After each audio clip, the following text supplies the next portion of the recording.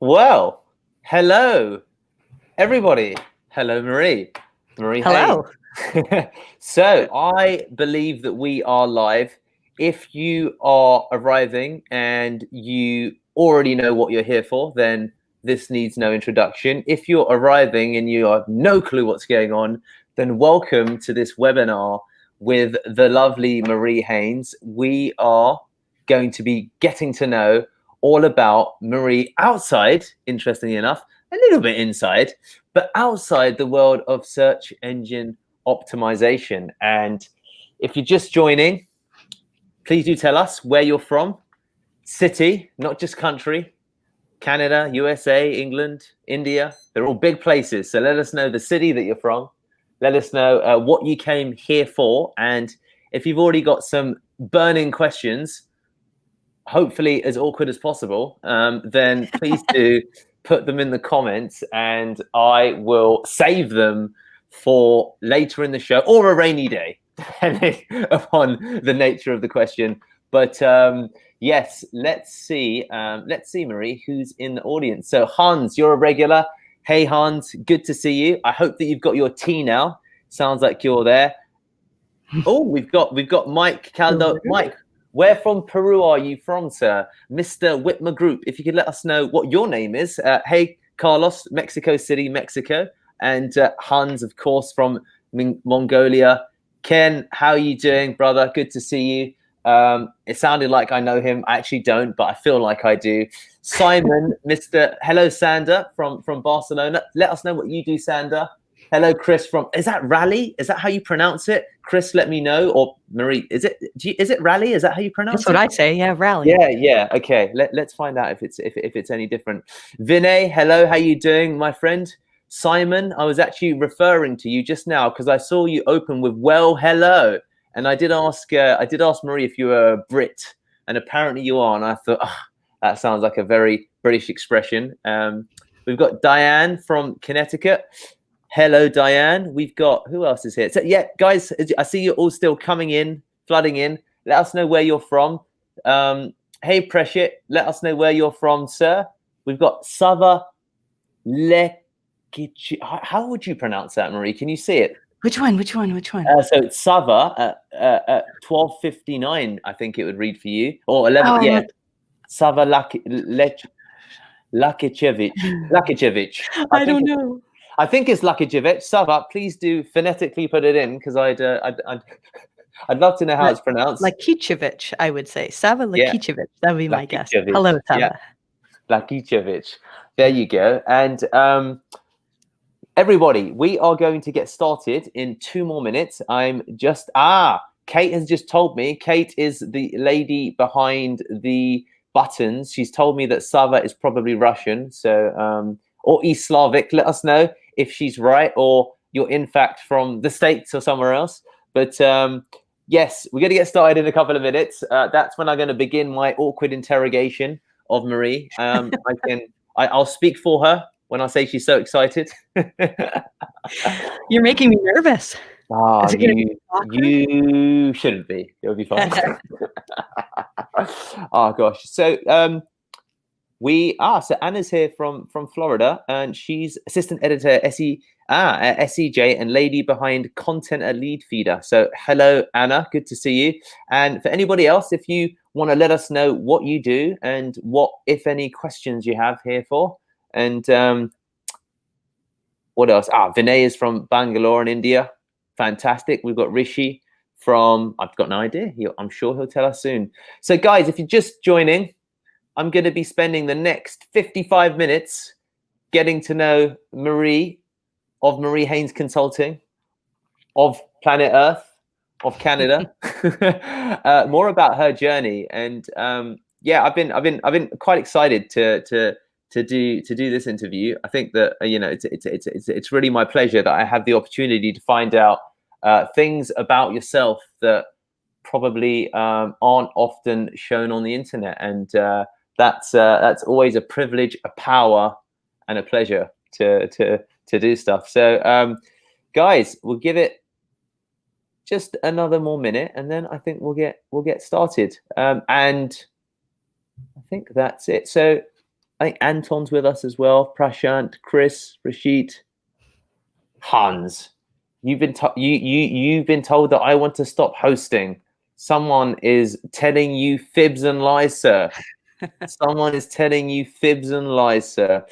We've got Terry from Corella. Brilliant. Right. I think it is time. So, Marie, how are you, first of all? I'm doing well. This is a different kind of interview. So I am looking forward to this, but I'm worried about what you've dug up. Well, we shall see. So let's, so Marie, one of the first things that, of course, became evident as I began my online stalk with you was that you had some initials before your actual name, and that's quite unusual in the world of SEO. And I began a little bit of search, and I was like, "Holy SHIT!" Marie started life as a vet. So could you just tell me a little bit about your what you were doing before you were ever in this game? Sure. So yeah, it's a really weird career path to go from being a veterinarian to becoming an SEO. And I think a lot of people want to do the opposite. I don't think a lot of little girls grow up saying, when I grow up, I want to be a search engine optimizer. But they should. It's a really, really great career.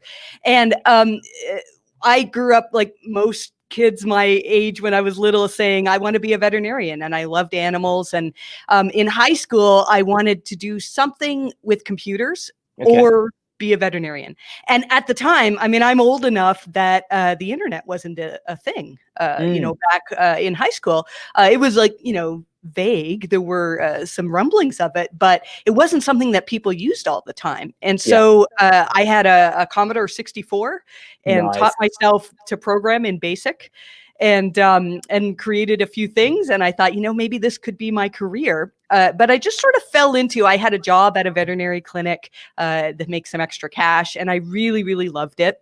And so when I applied to go to vet school, I initially thought, well, maybe I could major in veterinary medicine and do some sort of a minor in some type of a tech thing, and that doesn't happen, because when you're a veterinarian, you take like some semesters you have 9 courses at one time, where most programs would take 4 or 5. It's insane. Isn't being a vet like harder than being a doctor? I mean, I've heard that and this might be controversial to the doctors in the audience, but I've been told that becoming a vet is pretty bloody hard. I don't know what the current stats are, but when I applied, it was harder to get into a veterinary school than most medical schools. And it's tricky because you graduated as a vet, and there's loads of great experiences, but also you don't tend to make as much money as most human physicians, and there's more stress as well, in depending on the type of career that you go into. So I went to the University of Guelph in Ontario, and which is really well known as an excellent veterinary college. Graduated in 1999, and I loved my career as a vet. I had, I never intended beyond. How many years? How many years were you a vet for in total? 13 and a half, almost 14 years. And like a proper career. It's like a whole life. Yeah. And prior to that, I worked in vet clinics, for many, many years. So when I was 14 years old, I had my first job in a veterinary clinic, and later on went to work at that clinic as a veterinarian years down the road, which was pretty cool. But yeah, so that was my life for the majority of my life. And then I just really got interested in SEO when I hurt my back. And so I was at home on bed rest and just kind of figuring out, what am I going to do here? And I was just goofing around on the internet. And I thought, well, I've always wanted to learn how to make a website. And I did a tutorial from about.com, a very simple hello world tutorial, and I eventually created this website that my clients could come and ask me questions online as a veterinarian. Yeah. And so when I created that, and it still exists today. You can find it. You probably did find it. I don't know. I don't even want to share what it is because it's horrible in terms of SEO. Like I haven't done anything on it in such a long time. But it did really well. And initially it didn't though. And I was trying to figure out, well, how do I get more people who are searching on Google to come to my website? And that's what got me into SEO. And, from that moment on, I've been obsessed, like really obsessed with trying to figure out what is it that Google likes and how can we succeed.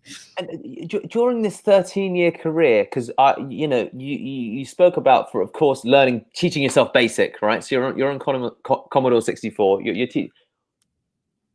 Let's broaden it out, like web stuff. During that 13-year career, did you? I was about to say have your head in animals, but that sounds terrible now that I've said that. I have said that out loud. I have said it out loud. I was about to say that. Damn. We could talk about experiences with cows and rectal exams if you really want to. I mean, I don't think that's what everybody wants to hear, but sure. We could. Did you retain your passion during that period, or was your world all about I'm an animal person during your career? I've always been trying to figure out how to take my veterinary interests and do something. Again, initially it was with computers and then it was with the internet afterwards. Like even when I had my Commodore 64 and I was learning to program, I was part of I think I won a science fair or something with this program that I made. And it was very simple. It was just basically dog breeds. And it would ask you questions about, were you looking for a dog that doesn't shed or a dog that's good with children? And then it would spit out the breed that would be good for you. So computers was certainly something that I've always wanted to do. And then when I was a vet, I kind of had this dream that one day I would retire and maybe create websites for veterinarians. That was where I first started thinking, maybe I could do something other than what I currently do. And it turns out that most veterinarians have very limited budget when it comes to online marketing. And so, it could be something that could be lucrative, but obviously I went in a different direction than that. Yeah, absolutely. And then what was it like moving from talking to patrons of your veterinary, and you worked as a vet? Was it like your own practice, and then you decided you had your back issues, and then you transitioned? Like how long was that whole period of transition up until the point you saw your last cat? Sure. Yeah. So 2008 was when I first started getting interested in SEO. Sure. And 2012 was when I saw my last patient as a licensed veterinarian. I actually just retired my license last year because what does that mean? It just means I don't have to pay a licensing fee each year. No. I can still call myself a doctor, but I was going to ask. You should keep paying for that. Yeah, but I don't actually practice. So, my poor dad for many years would say, well, if this SEO thing doesn't work out, you can always go back and be a vet, right? And I think it's going to work out. I feel like we're doing okay. And he understands that now. But so between 2008 and 2012, it was very much a hobby. And in between appointments, I didn't have my own practice. So in between appointments, I would often be on the SEO chat forums, just trying to figure out something about my website or, trying to learn something new. And then what happened was in 2012, my husband and I had our second child, and I was actually on bed rest again because of some pregnancy issues, and everything worked out just fine. I think things happen for a reason. And when I was on bed rest this time, I don't know if you remember from the Moz Q&A, the community Moz. The top commenter in there is a gentleman named Eagle. EGOL. I don't know if anybody in the chat is familiar with Eagle. He is an absolutely amazing person. And so he reached out to me And because he had seen me making some comments in these forums and saw some potential in me. And he started actually mentoring me. And one day he said, you know, all these people are coming into the forums and whining about their traffic dropping. And he said, somebody needs to like just make a simple tool to help people figure out, well, was it the penguin update? Was it because that had recently just happened? Was it Panda? Was it something else? And so while I was on bed rest during this pregnancy, that's kind of my fun project that I did. I learned some JavaScript and created this tool on a website that's called mytrafficdropped.com. I think the website still exists, but the tool is defunct now. Oh God, I was about to screen share and bring it up. Oh, you can. I think it's still there, but yeah. This was, and again, you know, just very simple JavaScript. I managed to create this quiz. And that sort of launched me into people wanting consulting. Yeah. And initially, you know, I would say, well, no, I'm a veterinarian. I don't want to take your money for consulting because I didn't feel like I had the expertise to consult. And so what I started to do was find things that I did feel I had expertise on. And one of the biggest questions that people had in the SEO forums was they didn't know whether they'd been hit by penguin. So if you remember April 2012, like so many websites were just damaged severely by the effects of penguin. And so what I started doing was teaching people very simple stuff, like go into your Google Analytics. Here's how you look at just your Google traffic. And these were the dates that we had a penguin update. And did you drop on those dates? And there were a ton of people that said, well, can you just do it for me? And so I charged $89 for this report where I essentially opened up your analytics and took a screenshot. And I had so many people sign up for this report that I kept raising the price on it. And as I kept raising the price, I would also add stuff. So I would hang out in Google Help Hangouts. And if John Mueller gave us a little hint, like initially we didn't know that Penguin was about links. You know, there was a lot of speculation that Penguin, and it is about other things, not just links. And so I would try to decipher, you know, oh, well, Matt Cutts actually told us that it's primarily about links. And then, you know, and then I could add that into this little $89 report. Yeah. And so if we fast forward to, 8 years later, that same report is what we produce, but it's almost 200 pages of, many, many more things. I've got a lot more knowledge since then. And the price has gone up too with it. So it just sort of evolved, you know, and I decided when it was time for me to go back to my job as a veterinarian, once my maternity leave had ended, I was making more money doing SEO consulting and really enjoying it. And I was home with my baby. And so it just sort of happened, you know, and I didn't know that I would end up having a company and doing things like this. Like this is, it would have blown my mind if you told me that 8 years ago. What did it feel like the first time you had like a payment transaction come in for something that it wasn't even a side gig. This is the crazy thing about it. It wasn't for you. So what's interesting that I find about your journey, that there's a consistent breed of naturally so, because it's the more typical path of towards entrepreneurship, right? And I don't know whether you consider yourself an entrepreneur, whether you use that expression about yourself, but for the most part, people will have a day job and have an active desire to build potentially a commercial agency around it, right? The typical, for example, agency owner background is that I worked in agency, left agency, maybe I took a client, or maybe I started by myself or started taking clients. You were doing it for fun, and you were hanging out in forums. You got some mentorship, but with no real commercial intent, and then you were offering people help for free, and then they just could not be bothered. And now here you are. So it's a super unusual journey, I think, to that extent.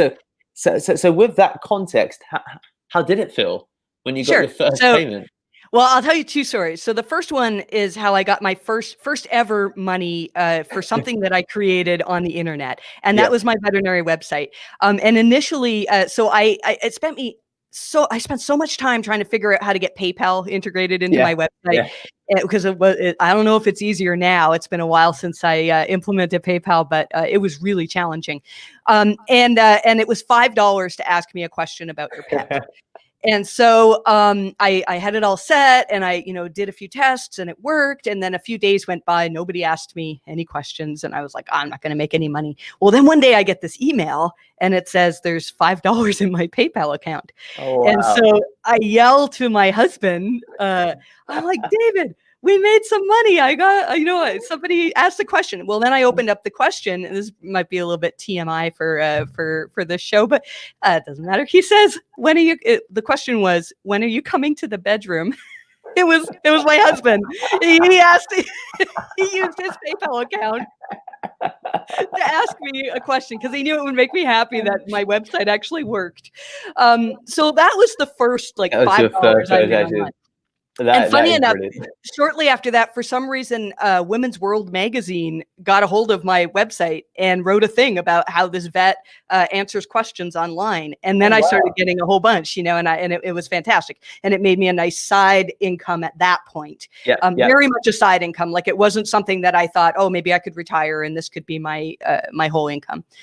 In terms of what year was that happened? So I understand. That would have been probably 2011, 2010 or so. Okay. Yeah. 2012 is when you go you leave the world of animals and exactly. Yeah. So what happened in 2012 was I was in the SEO chat forums and we were talking about penalties because at that time and it was just before Penguin and probably just after Penguin too, Google gave a ton of unnatural links manual actions. And there was a period of time where they handed out a bunch that had this really confusing message that was essentially like, yeah, here's a penalty, but it's not really a penalty. And if you want to, you can clean it up. And, and nobody knew what to do. Like it was just, there was no documentation online or anything. And there was one post, it was a question in the Moz Q&A. From somebody who gave their process. He's like, hey, I got this penalty and this is what I did. And I got rid of it. So I thought, all right, well, I was explaining this to, other people in the forum. And so this guy messaged me and he said, well, I have a manual action for unnatural links and I'd like to hire you to remove it. And so I did the same thing. I said, well, I'm a veterinarian. I'm not a marketer. This is just a hobby. He says, well, if you can remove it, I'll pay you $300. So I thought, well, I'm sitting here on my couch. I might as well make $300, and also learn something in the process. And so I just kind of figured things out and made a process and managed to get this man's penalty removed. And he was very happy with it. And he did really well with that. And so then a little while later, somebody else contacted me and said, well, I have a similar manual action. What would it cost for me to remove it? Now at this point, so this was it was just before I think I had my second child. And so I was very pregnant. And were they contacting you via the forums or? Yeah. It was the SEO chat forums. I'd get a message, and not a spam message because most of them were spam. So a lady contacted me and she said, well, I have a penalty as well. And I was I was preparing to have this baby and I was not wanting to take on work at the time. And so I threw out a number. I said, well, for a job this size, it would cost $3,000. I just made the number up. How did that happen? How did you go from a contingency fee? To saying, well, honestly, I didn't think she would take it. And it gets better because if you don't believe that, you won't believe the next part. So I removed this lady's penalty and it was worth $3,000. I did good work and the site recovered. It was good. And there weren't other people around that were offering Google penalty removal service, so it was kind of a scarcity thing. And so over, the next year or so, I started getting lots of requests, and I started writing things. So I wrote articles mostly for Moz. I wrote articles about here's how I removed this penalty, or stuff like that. And so I started to get a little bit of a following for people who were interested in link quality and Google penalties. And so fast forward a few years, and by this point, I have trained a bunch of people to do it because I had too much work. I just couldn't keep it. And so I was referring work out to people that I'd trained. I had my next door neighbor was like, oh, you're making all this money on the internet. How can I do that? And so she came over and audited links with me. And, she still has link audit clients to this day. Incredible. And what was I her know, day right? job? Sorry, say that again. What was her day job? Yeah, she did have some tech background. She creates websites and stuff. Okay, so yeah, but nonetheless, amazing. You're teaching your neighbors. Exactly right.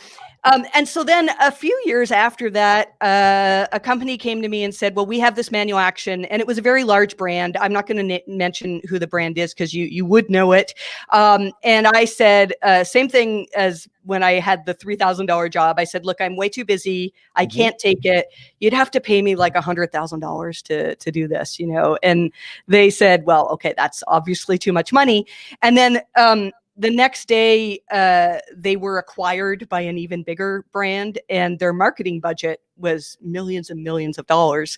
And so they said, look, it's very important to get rid of this manual action. And they said, yes, we want to hire you for $100,000. And, no, that doesn't, that was just ridiculous in my mind. But it was urgent for them. And yes, we got the work done. I ended up hiring a bunch of people and training them, and we got it done. And then I realized, well, maybe there's actually some benefit in staying in this career. Like I said, we don't charge $100,000 for penalty work. Okay. It was just circumstances at the time. But I think a lot of things happened in my career path that were just very, very good timing. And I just happened to be the person who was interested in Google penalties and was willing to share that information when there weren't others around to do that. You know, and I think for anybody who's listening to this, who's like considering freelance or like trying to get more clients, that's one of the things that's worked really well for me, is to be free with your advice and to help as many people as you can. And then people will come out of that who actually are willing to pay for that. And then there's a balance between, now I have a struggle because you're too nice, aren't you, Marie? You're too bloody nice. I reached a point a couple of years ago where I was spending 8 hours a day just answering email from all the people who had questions. And so that's, probably the next step to talk about is how I hired. And, now I don't, I spend probably 20 minutes a day in email. So, so it's a lot easier for me now. What do you still keep? So I'm just curious, like your world over a period of time has changed so dramatically. Do you still keep in touch with your friends from the veterinary world? And what's that conversation like? We just had a reunion, actually. So class of '99, and we had our what would that be? Our reunion, and it was really, really interesting because not everybody in my graduating class is still a vet, but nobody had such a drastic career change as I did. And they were all super interested in it. Who knows? Maybe one day I will, start working on my veterinary site again. And I've got loads of people that vets that would be willing to give their expertise and knowledge to it as well. So I think most people are just kind of curious about like, why would somebody leave such a? And I don't get me wrong, I loved being a vet. I really feel like I was a good vet. I did mostly small animals, some pocket pets. Our practice is very close to the. What's a pocket pet? Pocket pet. I mean, that might be a North American term. Hamsters, gerbils, things that could fit in your pocket, sort of thing. It's not an expression I'm familiar with. I was like, what did she just say? I was like, I don't know what a pocket pet is.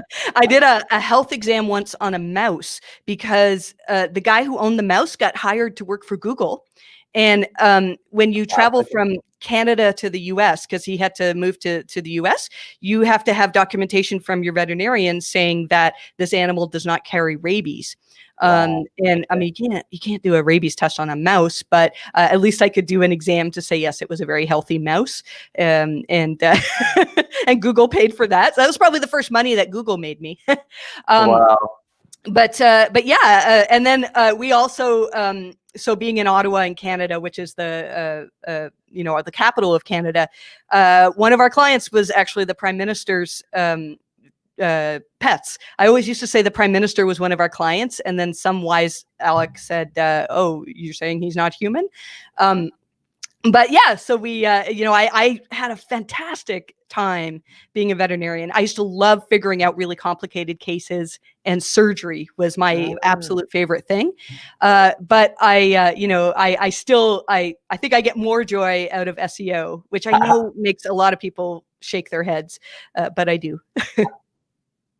And it's a real struggle for me to not want to ask questions about the whole vet thing, because you're in the space of SEO, and I'm like, what is this world? Do you? So I'll because I'm being cheeky.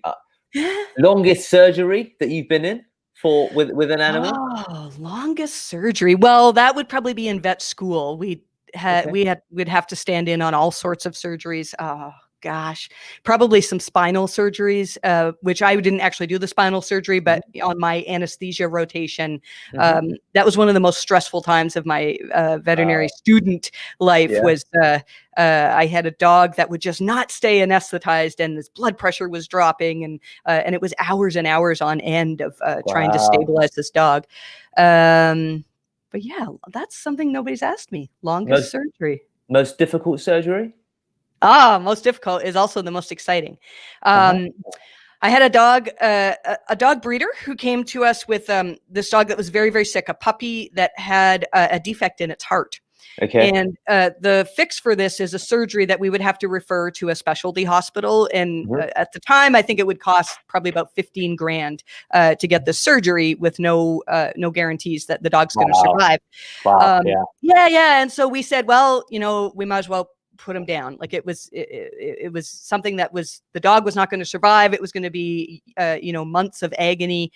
Then the client said, well, can you do it? And I said, well, no, I've never done open heart surgery. It's not something that we that we get taught in school and are expected to do. But we said, what's the risk, right? We'll do the anesthetic. Anyways, it was the coolest thing I have ever seen, to be able to go, there's the vessel that's supposed to be like the size of your little baby finger was just massive. And then when you tie this vessel off, all of a sudden the dog's color returned. The dog was all blue and, wasn't oxygenating his blood properly. And as far as I know, he lived a long, healthy life after that. But that was definitely the coolest and most challenging surgery that I've ever done. Do you miss it? Oh, I do. Yeah. I miss surgery, and I miss the diagnostic aspect. But there's a lot of things I don't miss, especially the financial aspect. Being a vet is so extremely stressful. And vets have a very high percentage of people who are suicidal, who have mental health issues. Really? Yes, as the vets themselves, because all day what you're dealing with is grief. And we're not trained, maybe they do a better job now, but I was not trained as a grief counselor. And yet most of my day would be spent saying, well, there's this cancer, or we think there's cancer. And, you need to spend a couple $1,000s for me to say, yes, it is cancer. And then your options are limited. And, that's really, really, really challenging. So I don't miss that at all. Wow. Again, I never, ever gave that consideration when I was thinking about my awkward questions. So thank you for that. But hey, I know that we've got, guys, I know that you've been lining up some questions, and please do keep asking the questions. I think that I'm popping over to the private chat to see what some of these questions are. So we're going to take the next 5-10 minutes to go through some of them. So let us have a look. Well, Jason's asked a good question whilst we're here. The biggest animal that you've had in surgery? Good question, Jason. Again, as a student, we did a lot of large animal surgery, so horses and cows. We've done tons. As a practicing vet, probably a big dog is the biggest that I've done. That's actually how I hurt my back, was lifting a golden retriever, a big fat, like 120-pound golden retriever. And I was a 20-year-old, pre-vet student, and I just lifted him up onto the table and felt something kind of weird in my back. And I've been paying the price ever since then. But yeah, I didn't do a lot of large animal work, although I wanted to. I initially wanted to be a dairy vet, which is ironic because I just discovered I have a dairy allergy. So good thing I wasn't a dairy vet. I forget that there's, much like SEO, there's obviously a ton of specialisms within the veterinary world. Did you, and was small animals your specialism, or was that just what you fell into?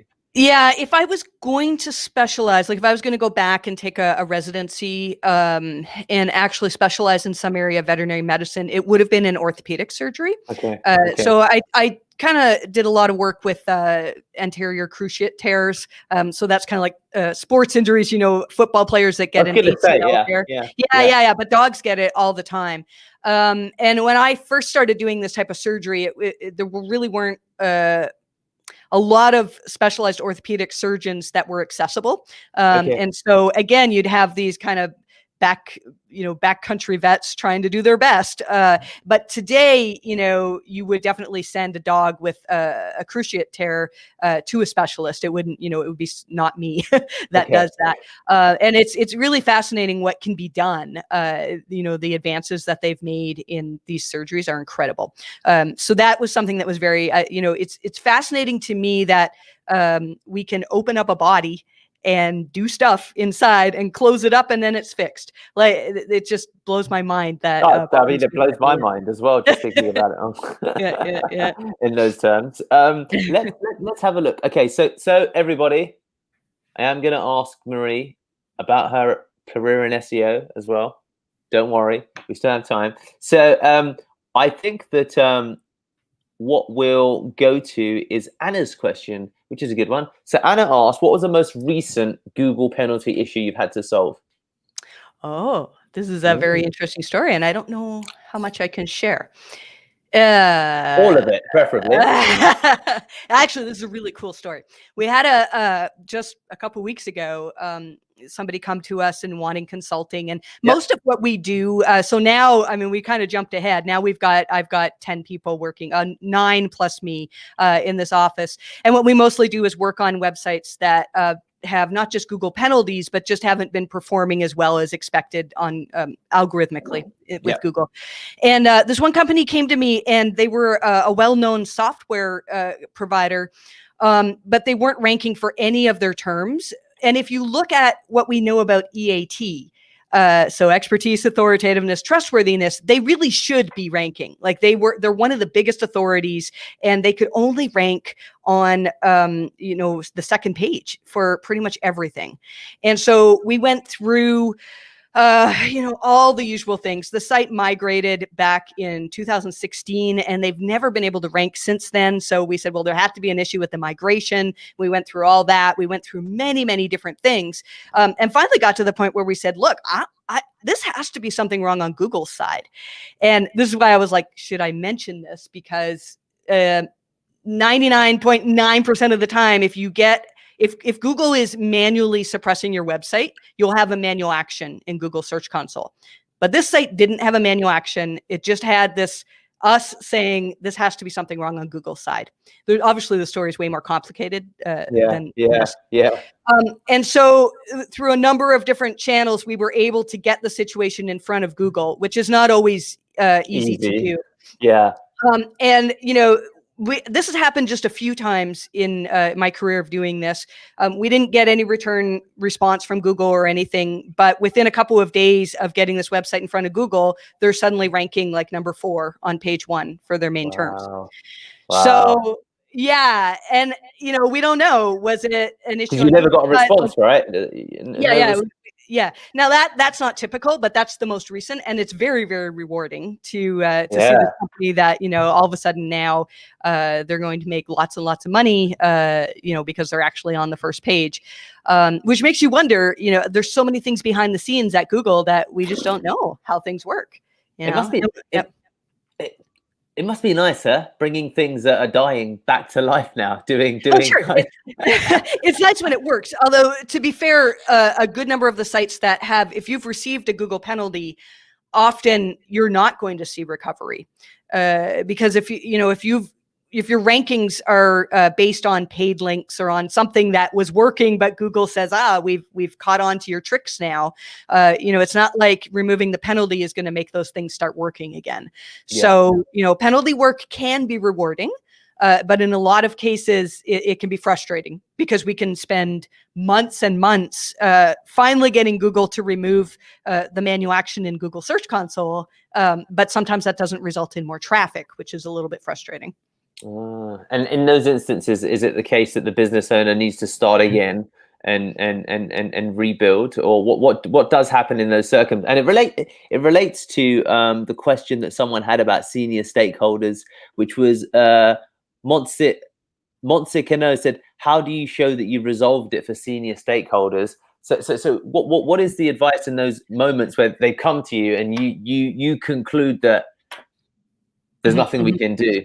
Yeah, well, and I think it depends on the type of issue that's affecting the website. So if it's a manual action from Google, that's pretty easy to show that you've resolved it, because now we have the manual actions viewer in Google Search Console. It wasn't always that way. You know, when I first started, we'd send a reconsideration request for every site that were like, hey, we're not ranking that well. You know, maybe there's a Google penalty. And then Google would send a response back saying, no, there's no penalty, but like our algorithms could affect any site. So it's pretty easy to show, yes, there used to be a manual action, and now we got this response from Google saying that we've successfully cleaned up the work to remove that manual action. But that doesn't always satisfy stakeholders, because you know, that doesn't necessarily make you more money, the fact that you've got that little line gone. Exactly. And so where it becomes a real problem is websites that are suppressed algorithmically, because you often can't prove that. You know, we can put together all sorts of evidence to say, well, you know, Google's algorithms, they changed on this day, and that's when your traffic went down. And what we try to do at MHC is identify patterns. So we'll say, for example, June 3rd last year, a huge number of the sites that dropped with that Google update had issues with, they had medical posts that were talking contrary to scientific consensus. So they were medical posts that were talking about cures for cancer that were, you know, just hokey out there sort of things. And so, you know, explaining to a site like that, well, you know, yes, we've identified what Google has issue with, but in some cases it can't be fixed. Now, in some cases it can. So we've had, I feel like I'm babbling here. I'm not actually answering your question, but I think it's valuable information. It's interesting. Yeah. So like, for example, those sites with issues with medical consensus, we've had some where we've gone, all right, let's do things like, let's separate, you know, let's take all of the stuff that's alternative medicine and put it in its own folder, so that perhaps, you know, Google doesn't taint the rest of the site. In Google, we'll see like, oh yeah, they've got good information, but this folder here, we're not sure if we can trust that. And things like just changing, the quality raters guidelines talk about clickbaity titles and headings. And sometimes we've seen success that seems to have followed on the heels of us just changing the wording of our titles. So instead of saying, you know, these 5 products will cure your cancer, we can say, you know, a look at these 5 products, do they actually work? And then show both sides of the story, things like that. I've lost what the original question was. It's okay. It's okay. I might have as well. I think it was in relation to what you do in the instances when there's nothing more to be done, and I think that but it sounds like there always is fundamentally. To be honest, is what I've I don't think we've ever reached a point where we've said there's nothing more that can be done. Yeah, like even the absolute worst case scenario. So we've had a couple of sites that came to us that were very clearly like conspiracy websites that Google does not want to rank. Well, then there's other things that work online too. Like these sites, you look at their analytics and they're getting loads of referral traffic from social. So instead of putting all this money into SEO and trying to convince Google that you should do well, start looking at the channels that actually are giving you customers and selling your products. And so, I don't think we've ever produced a report where we've said, well, sorry, you're screwed. There's always something that can be done. And a lot of the time though, it's I don't want to say guesswork, but it's doing things. That's what SEO is, right? It's like, well, we think this is best practice and there's not that much risk. And the cost is, we weigh the cost and then we go, all right, let's go ahead and implement this. And that's probably one of the most challenging things in SEO is it's not like medicine where I can say, well, science and history and other veterinarians tell me that if I give this medication to this dog that has this condition, it's going to get better. Absolutely. In SEO, it's a lot of, well, let's give this a try. Yeah, absolutely. I mean, it's so much the common question, isn't it, that you get with my agency, we'll still always can never escape the question. So what's the traffic expectation, Deepak, in 3 to 6 months? Like, what do you expect we'll achieve? And you say, well, it's really difficult to give an answer to that question. They say, yeah, no, I appreciate that it's difficult, but what do you think? Just a number. And those are hard. Those are hard. I mean, we always end our reports with our expectations, and sometimes we're right. Not always. I've had some sites where we've said like, I think the site is never going to perform again, and they do. So I was being wrong in those cases, but it doesn't happen that often, though. I guess that's the nature of what's very enjoyable about SEO. You sound like a born problem solver. It sounds like you like to try and attack a problem that doesn't have a very definite solution. Because it's interesting. I definitely describe you more as an explorer than I would as a kind of a math or a quant who's like, A plus B equals C squared, and that's the answer. You're like, well, no, it's more complex than that. I think you're right, and I think that's both a blessing and a curse. If you have a mind like that, because as soon as somebody starts telling me something, my brain is trying to figure out, well, how do we fix this problem, right? Yeah. And I think one of my weaknesses is trying to figure out like which problems should I be fixing right now? Yeah. Because often I'll want to do 400 different things, and there's so many hours in the day.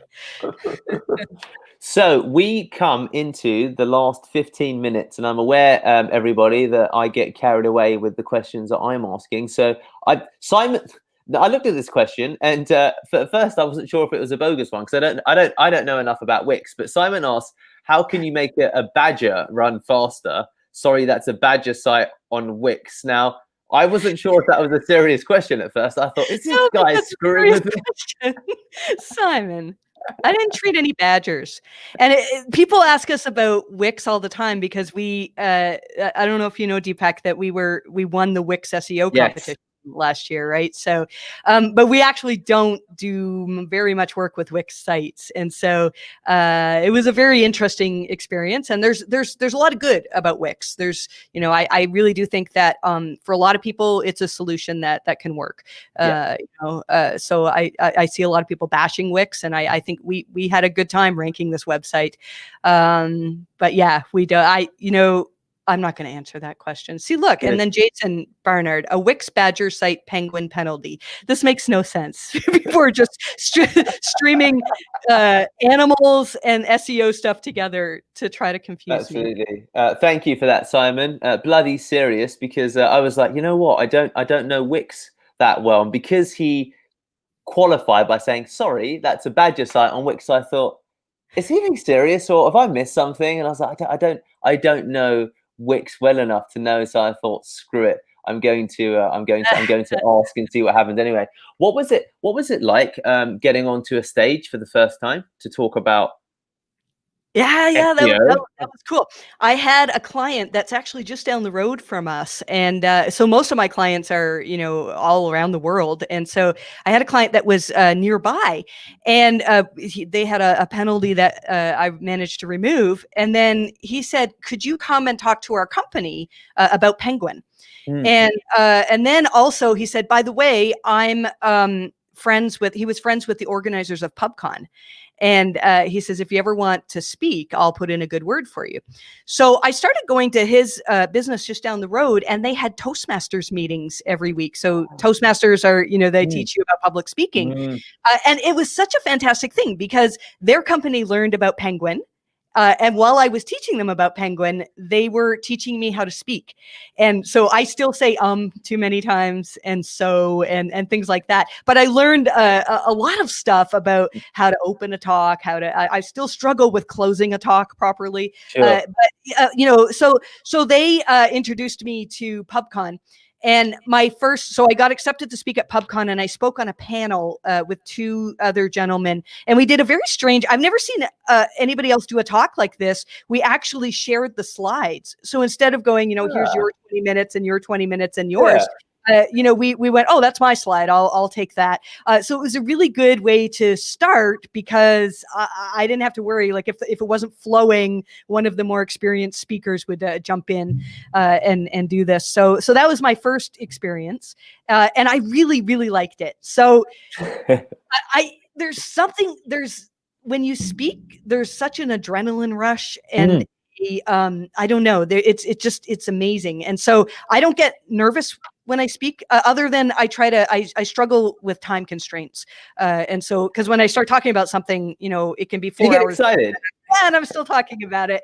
But yeah, I absolutely love, and I think, gosh, was that my last speaking? I was on the Moz stage last year. No, I've spoken since then, but that was one of my goals was to be able to speak at Moz. Because I remember going to MozCon and feeling such imposter syndrome to just be in the audience, yet alone be a speaker. Yeah. And I think so many of us are like that we go to SEO conferences or even events like this, right? Sure. And people leave questions and go, wow, they're so much smarter than I am. And if I was to open my mouth, they would just laugh at me. Yeah. And we have to get over that because there's nobody in SEO that knows everything. Yeah. And we learn from each other. And I think as long as one of my goals in life is to know what I don't know. Does that make sense? That to know what I have the authority to talk on. Yeah. And there will be certain things where I'll start talking about it and go, well, I don't actually have expertise in this area. And it's okay to talk about that as long as you explain to people, like, this is a theory. This is because we have a lot of theories, and so theories can be good and theories can derail us sometimes. So knowing what's theory and knowing what is like either fact or yes, this has worked for us many times in the past, is very, very a valuable skill. Again, I've gone off the topic, but speaking is fun. I absolutely love speaking, and I've missed it with COVID and I've done, virtual conferences just aren't the same. It's not the same thing. It's not the same thing. What's the most common question that you get asked in general when it comes to SEO related stuff? Is there a common thread? Probably, I get the periods of question time that are the busiest when I speak is when I talk on the disavow tool. Because there's so much uncertainty and there's so much that is really not documented well by Google. And there's a lot of potential to do harm to your website if you don't know what you're doing. And if you open up the disavow tool on Google, there's a massive warning that says, like, don't use this if you don't know what you're doing. And so people have a lot of questions. So, I mean, I don't know if there's one particular question that I get asked the most, but questions about, which links to disavow, which links are natural. What then is the most common question you get asked from someone who's up and coming or wants to be like you? Is there a common question that you get asked from that crowd? As in wants to be speaking or teaching or growing their own MHC. I don't know if I get a common question. I mean, people like to hear how things got started, and the story about how, I made $300 for a job, and then 3,000, and then 100,000 for, a similar job like that. I think that inspires people. I one of the things I find happens at a lot of conferences is one of the after parties. There's always somebody every conference that we end up having a chat, and then they go off and are inspired to like try doing their own thing. Maybe that's not good for people who are already working for employers. I don't want to like take people away from their employers, but for people who I haven't had a lot of people ask me about like how to become a speaker. Mm-hmm.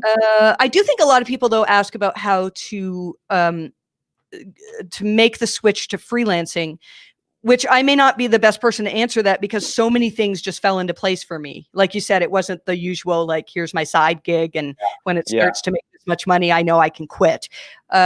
So yeah, but I mean, I love talking to, people who are up and coming and have a desire to do something. Different. It's magnetic, isn't it?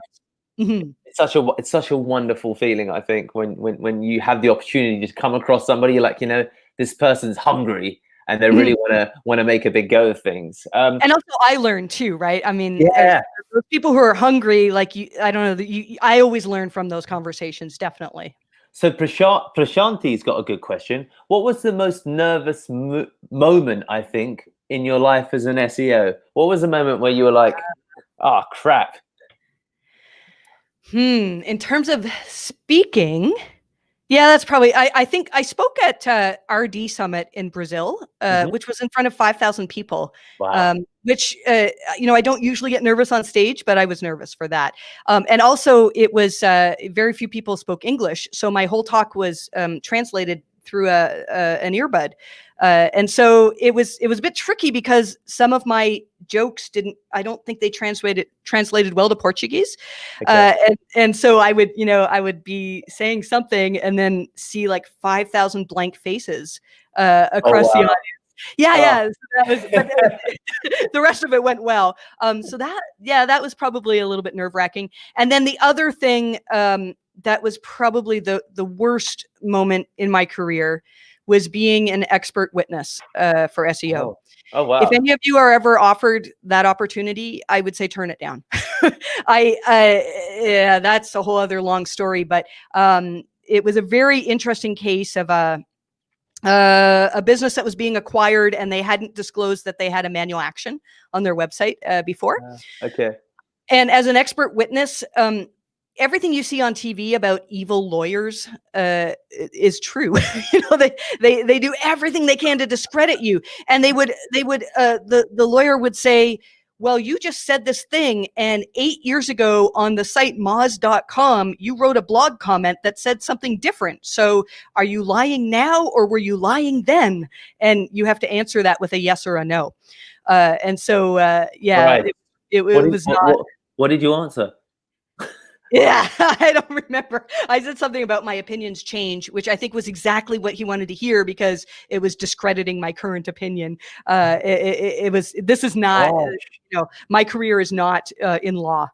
Yeah. Well, that sounds like an incredible experience. Golly gosh, how did that come about that you got asked to be an expert witness, by the way? It sounds pretty unusual. I think the attorney was looking for somebody who had expertise in Google penalty work. And again, at the time, there were very few, I think even today, like there are some people that we could call out as other experts in Google penalties, but there were I don't think he could find somebody who actually had expertise as an expert witness and also Google penalty work. So it was he just reached out to me and it was good. And that happened at the right time as well, because what happened was the money that I made from that was significant. And I actually stopped taking some consulting work for a while. And what I did was start growing what my plans would be if I ended up hiring somebody. And so, I started developing processes. Anybody who's thinking of starting a business or going freelance or maybe hiring somebody, there's a book called The E-Myth Revisited. It's old, and E is not about e-commerce or anything. It's about entrepreneurial stuff. And I took a walk around. We have a little creek at the back of our house. Every day I did an hour-long walk and listened to this book and learned how to run a business, how to start a business. In the time I wasn't actually doing client consulting, other than this court case. So everything works out for a reason. Wow, what a journey it's been. And Chris, there's a chap called Chris who's been asking questions. They've been having some back and forth. We've got a minute, but I really want to get his question answered. So let's just have a look. So Chris asks, we see a lot of volatility with no evidence of penalization and audits that don't reveal major technical issues. So Chris wants to ask your opinion on how to manage with that in mind, because he struggles to understand the intent or the meaning behind random fluctuations. Yep. So that's our typical client is, a website that, maybe does well for a while, and then with a Google update does terribly, and maybe they see some recovery, and then they're just kind of flip-flopping up and down with Google updates. And when we see that, that's actually exciting to me, because if you're on the edge of Google's assessment of what's relevant, what's quality, what's important for people, then making some improvements, those are the sites that we tend to see like, oh, now we've gone from every update, we see like a little bit of an increase. The thing is that if you were an SEO, let's say 10 years ago, and dealing with websites that were struggling with Google updates or, with Google's algorithms, the first thing you would look at is technical things, and we still do that. Like we still look at whether something's technically wrong in the website. But today, Google's algorithms are so much more sophisticated. And, again, I don't know how much time we have to answer this, but for example, the May 4th core update, I really think that they used their advancements with natural language processing and with BERT, their ability to understand language, to actually say, well, you know what, this piece of content here is actually way more helpful than this one that we've been ranking above them, because maybe this one over here has more links. And so as an SEO, it's now not like, can I find technical issues on this page that's dropped, but rather, can we figure out why Google said, well, this one's better? Maybe this one does a better job at actually getting to the point and answering a searcher's question. Or maybe you haven't, you're missing some elements of trust. Like maybe you're talking about a medical topic, but you haven't referenced any medical sources that are trustworthy. So, diagnosing what's wrong, there's no simple fix to that. And when we do our site quality reviews, they take us 2 to 3 weeks to dig in. Like we have this massive checklist that started with my $89, let's look at your analytics. And now every time somebody from Google gives us a hint as to like, oh, this could be something we value in terms of quality, then that's something we add to our checklist and determine, could you be doing a better job in this way? So for Chris, if there's no major technical issues, it's tough. I would say the first thing I would do is look at who's actually winning in the updates that you lost. So if your rankings dropped, look at who Google seemed to prefer at that time, and see if you can figure out why, which is the tricky part.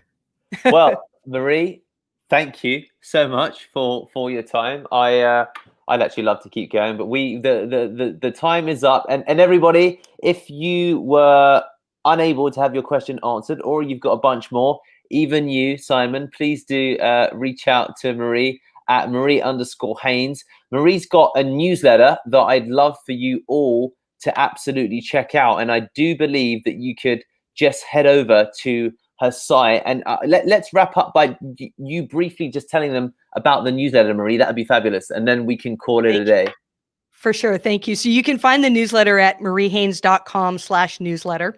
And this was something that I initially started as, hey, I'll send you an email whenever Penguin updates. And then now every single week, this is part of my team of 10 of us. We all contribute to this. And every time we find something that somebody tweeted something of value, or Google said something, or somebody did this study that was incredible, we document it in the newsletter. And our goal is, again, to find everything that it is that Google values or doesn't value, and then advise on how to take advantage of that. So we have two versions. There's a free version, which basically covers, like, here's the important news in SEO. And then the paid version at this point is it's $18 a month, which lots of people tell me it's worth way more than that. And we have a large number of subscribers to that, and they get tons of value from it. So if you want to sign up for that, it's mariehaynes.com/newsletter. Everybody, sign up. And thank you. That is a wrap. Thank you so much. That was fun.